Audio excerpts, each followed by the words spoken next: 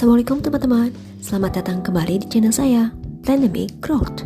Sebuah wadah untuk kita tumbuh bersama ke arah yang lebih baik. Grow, grow, grow. Nah teman-teman, sekarang kita ada di edisi sharing-sharing berita. Namanya Better alias berita terkini. Oh iya, untuk teman-teman yang belum menyimak pembahasan sebelumnya, ada baiknya untuk membuka dulu video saya sebelumnya, agar pembahasannya bisa berkesinambungan. Linknya sudah saya cantumkan di box deskripsi ya. Teman-teman, berikut saya akan menyajikan ringkasan 5 berita top dunia yang terjadi di pekan terakhir bulan Agustus 2022.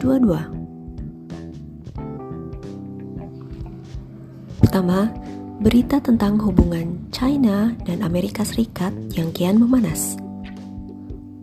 Teman-teman, 2 kapal perang Angkatan Laut Amerika Serikat berlayar melalui perairan internasional di Selat Taiwan pertama kalinya sejak ketegangan dengan China meningkat usai kunjungan Ketua DPR Nancy Pelosi ke Taiwan.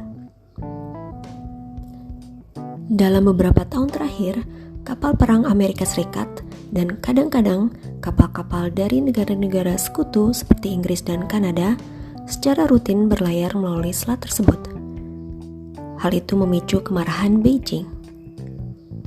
China melakukan latihan militer di dekat pulau itu setelah Pelosi berkunjung pada awal Agustus. Latihan-latihan militer terus berlanjut. Kedatangan Pelosi membuat murka Beijing yang melihatnya sebagai upaya Amerika Serikat untuk mencampuri urusan dalam negeri China.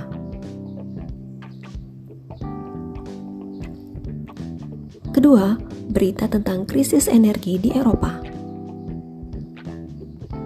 Teman-teman, warga di negara-negara Eropa kini harus memangkas konsumsi mereka akibat meroketnya harga gas, listrik, dan bahan bakar karena perang di Ukraina, sanksi terhadap Rusia, dan dampak COVID-19.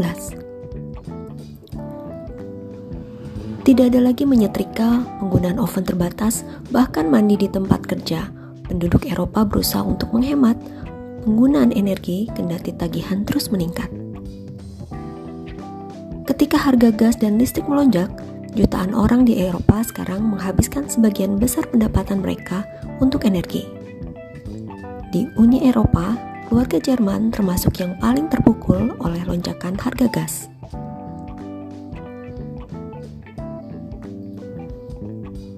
Berita ketiga adalah berita tentang banjir di Pakistan.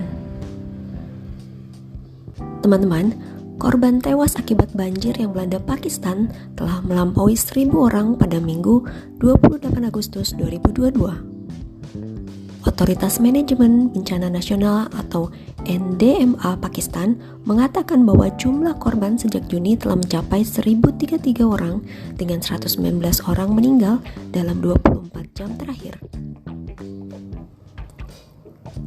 NDMA juga memperingatkan banjir tingkat sangat tinggi di beberapa daerah di sepanjang sungai Kabul dan Indus, khususnya di Nowshera di Provinsi Khyber Pakhtunkhwa atau KP, Kalabak, dan Kasma di Provinsi Punjab.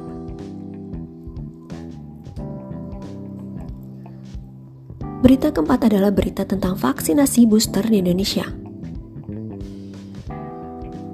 Teman-teman, pakar kesehatan yang juga mantan Direktur Penyakit Menular WHO Asia Tenggara, Profesor Chandra Yoga Aditama, menyebutkan pemerintah mencoba terus menggalakkan cakupan vaksinasi booster, selain tentunya juga harus terus meningkatkan cakupan vaksin kedua.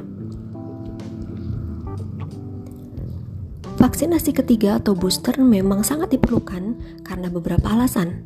Yang pertama, sesudah 6 bulan maka efikasi perlindungan oleh vaksin akan menurun. Kedua, kasus di Indonesia pernah hanya sekitar 200 per hari dan kematian di bawah 5. Sementara sekarang sekitar 5.000 kasus per hari atau naik 25 kali lipat dan kematian beberapa kali sampai 20 lebih per hari. Karena itu, masyarakat memang perlu mendapatkan booster demi perlindungan diri masing-masing. Bahkan, Inggris misalnya sudah menyediakan vaksin lebih baru lagi yang dapat mencegah Omikron. Vaksin baru dari Moderna ini disebut vaksin bivalent karena dapat memberi pencegahan dan menimbulkan respons imun terhadap Omicron BA1 dan juga strain original tahun 2020. Berita terakhir adalah berita tentang kenaikan tarif ojek online. Teman-teman, Kementerian Perhubungan menunda kenaikan tarif ojek online atau ojol. Pemberlakuan tarif baru itu sebelumnya merujuk pada keputusan Menteri Perhubungan nomor KP 564 tahun 2022 tentang pedoman perhitungan biaya jasa penggunaan sepeda motor yang digunakan untuk kepentingan masyarakat. Semula kenaikan tarif ojek online berlaku 29 Agustus 2022. Keputusan penundaan ini mempertimbangkan berbagai situasi dan kondisi yang berkembang di masyarakat, ujar juru bicara Kementerian Perhubungan Adita Irawati Minggu 28 Agustus 2022. Adita mengatakan Kementerian Perhubungan perlu mendapat lebih banyak masukan dari para pemangku kepentingan. Kementerian juga masih akan melakukan kajian ulang agar hasil kebijakan kenaikan tarif ojek online tersebut maksimal. Nah teman-teman, sampai di sini dulu pembahasan secara singkat dan sederhana tentang 5 berita top dunia di edisi Better alias berita terkini.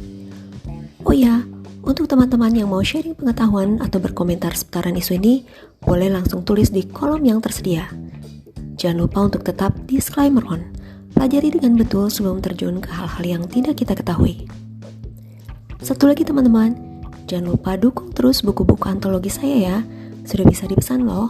Bagi yang berminat, bisa tulis pesan di kolom komentar atau DM saya di Instagram @donamarianda. Sampai jumpa lagi.